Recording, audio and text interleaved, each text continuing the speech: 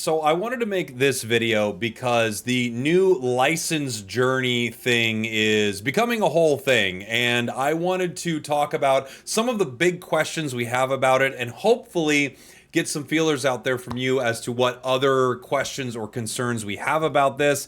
I'll attempt to relay those through like the ambassador program or something like that to find out some answers, because I do think there are a lot of great questions around this license journey, selecting Pokemon, whole new system for unlocking that we need to answer. Some of the biggest ones, or the biggest one in my opinion, especially as someone, if we head over and take a look at my game, with 700,000 coins, is what is the best thing to do with our coins right now? Is it best to buy Pokemon in the shop with these coins? Will that make unlocking Pokemon through this process better? Will, obviously, I'm assuming all of the Pokemon that we already have licenses to won't show up in a process like this. Is it cheaper to use our coins now?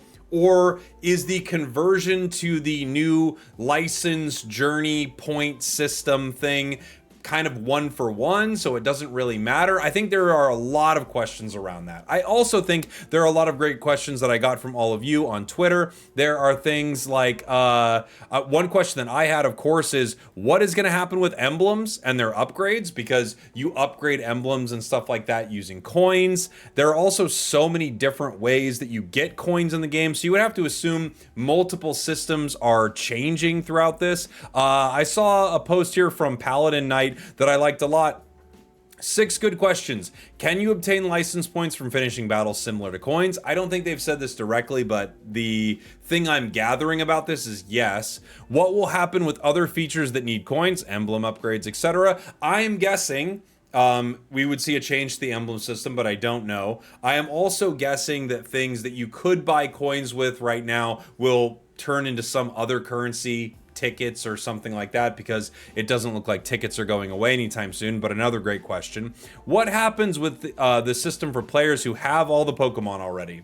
Boy, I sure would like to know. I mean, I'm curious about that as well, for sure. There are like 2 players that are going to be running into this system, right? There are free-to-play players, and then there are whales, and some whales have bought every single thing in the game. I think if this system is beneficial in any way, hopefully it is for every type of player, right?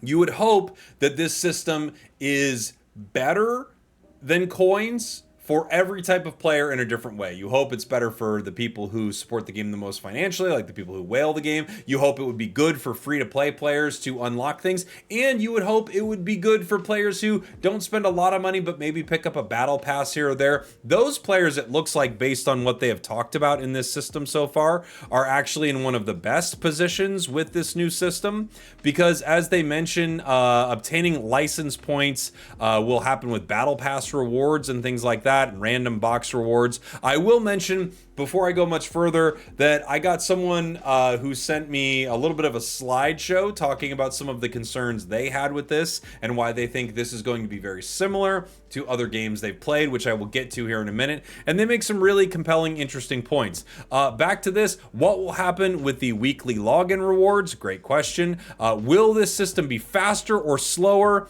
or on par with coin purchases? One of the biggest on my mind is this better?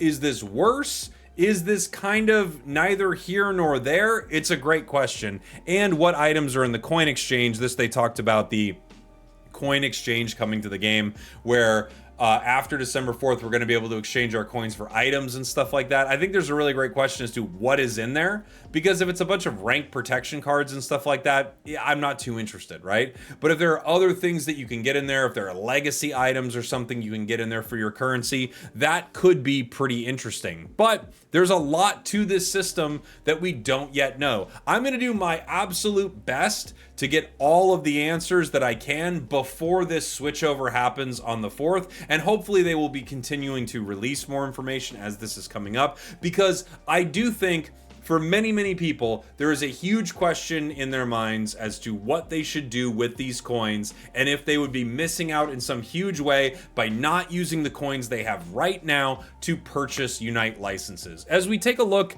at this kind of unlock tree through the license journey, there are a couple things we can notice about it, right? One, like when you start right here on this license journey, you see Pikachu was first, and then there's Sylveon, Lapras, Lucario. You have to assume that all of these are worth the same amount of license points or whatever to unlock. So each one of these Pokemon are 325 points. We can assume, right? And then we have the rung above them with Charizard, Blastoise, and Venusaur. And then based on this table that we can see right here, Venusaur and Blastoise are both 490 points. So you can assume that as every tier goes up, they will be costing more and more and more, right?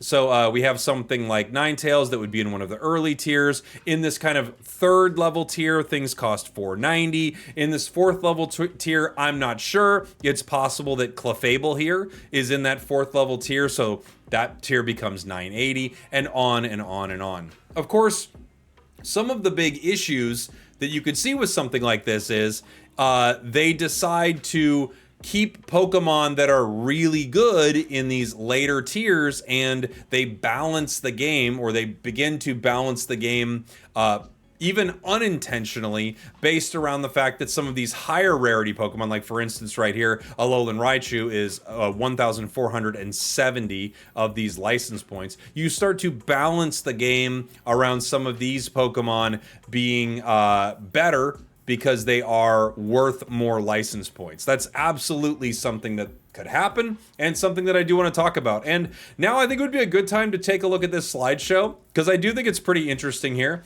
This is a slideshow created by a player named M453. They talk about watching a video I made talking about something Chris Heroes was mentioning on stream about Pokemon that are OP and stuff like that. And they are convinced that the new system is going to suck. I don't know if it's going to suck or not, but I'm definitely going to do everything I can to find out how much it does or does not suck. This talks about the license journey at first glance being horrible. While we can select a Pokemon we want at each stage, we cannot choose any other Pokemon until we clear the current one. So we are incentivized to clear each stage as efficiently as possible. And then they talk about sort of the unlock system in Brawl Stars here. And basically how you have these early unlocks in a system like this. Someone like Poco is unlocked for 160, but as you continue to go up, legendary units are 3,800, ultra legendaries 5,500, and on and on and on. They talk about how that is also something that we can deal with here, and how Pokemon have different values, so you could see sort of a pay-to-win system being created around that. It also talks about Clash Royale, it talks about Brawl Stars, etc., etc. It talks about random boxes, which that we've talked about in this video, and about how this is very similar to what we would be getting. They do like the battle pass, and they think it's reasonable. They don't like these random boxes at all. Tencent, owning part of Timmy and has a majority stake in Supercell, they believe we're going to get a very, very similar system to this. And it's an interesting argument here for why this system is bad. In the first place, the coin system didn't even need to be changed. That's something I want to talk about here in a minute. If Pokemon wanted to make things more pay to win, they shouldn't have given 1K immediately claimable coins. They changed the entire system. I'm sure it will be for the worse for all of us. It's talking about how the system is pretty good and wasn't even complained about. I will say, I've heard complaints about the coin system for a long time, but I think the bigger complaints have always been about gem locking Pokemon and things like that. As we continue on, they talk about how the Brawl Stars community seems to think that the devs are on their side. Clash Royale believes the game is fully pay to win, and their impression of the Unite community is the devs do not listen to the community. In conclusion, if the changes are too drastic, as they probably will be, Pokemon Unite may lose many casual players and some new players. I feel that most existing players, especially comp players or content creators, will stay, but if Timmy has done it once, they will make a rubbish change again, and we all have to be prepared for that. So one thing that I think is really important to talk about is this thought here. The coin system didn't need to be changed, and I'm hearing this talked about a lot, and I think it's a very fair criticism on them moving forward with this. And something that I have asked, candidly, I'm just gonna talk about some of the things I have asked just early on in the ambassador program, and we'll see if I get any response on some of it, is why are we making this change? Because I see them talking about this change, right? The license journey, and I think part of it could seem cool, and I actually think unlocking Pokemon this way is going to feel more directly compared to you playing the game and you progressing. I think for new players, it's probably a much friendlier and probably even better experience, but for longtime players, I'm not so sure.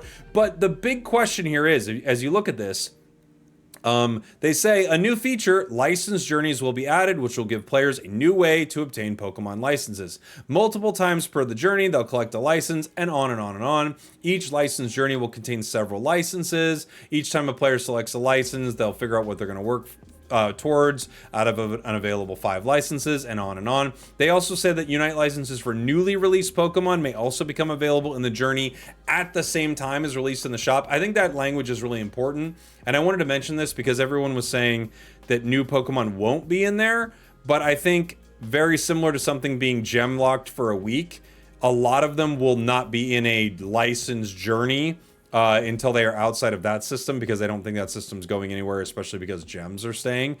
But when you read through all of this, some of it could be good, some of it could be bad. This system could be good, this system could be bad. It could be way better for the player base, it could be worse for the player base. I think one thing is for sure, if you're a new player coming into this game, it's like unbelievably overwhelming. And if they are trying to make a push for new players, I think this system could be good.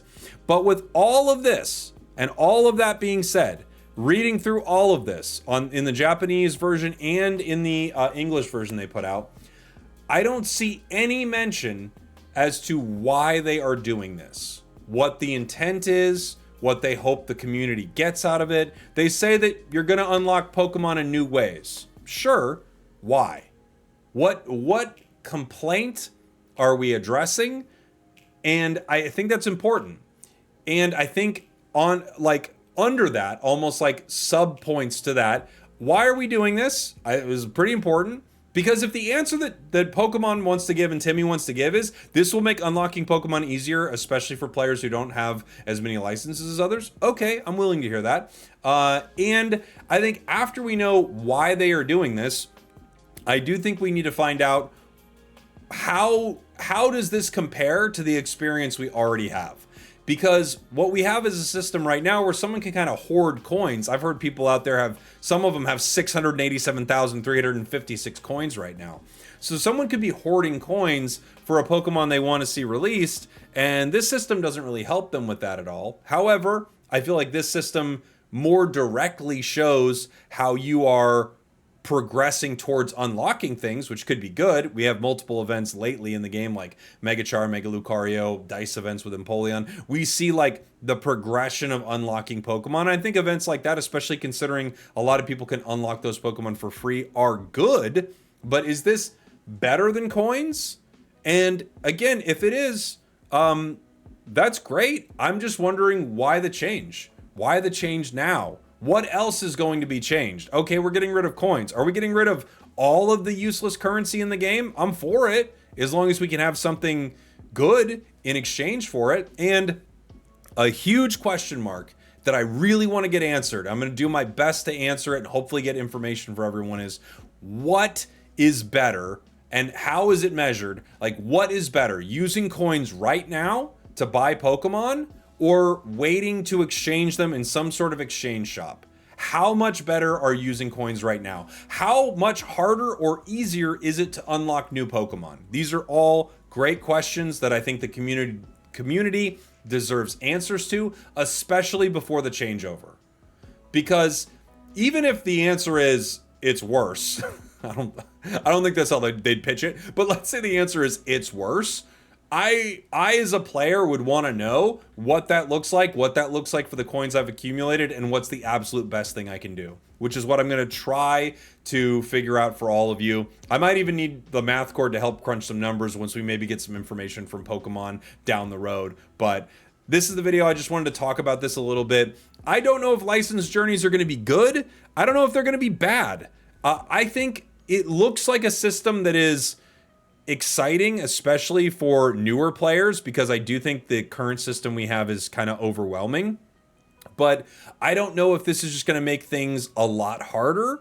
I also don't know if this is going to feel like easy at the bottom and really tough at the top. So for early on, this is going to feel great. And then as you go further, the grind is very intense. I would really like to find out a lot of that. If you have other thoughts, other questions, other things I have not touched on, let me know in the comments. And again, I'm going to do my best to figure all of this out because it is a huge change and people are sitting on literally 687,356 coins and they want to know what to do with them. Thank you all for watching. Thank you for listening. I love you. I'll be on tomorrow with Delmize. Bye guys. I'll be on with Delmize. Bye guys.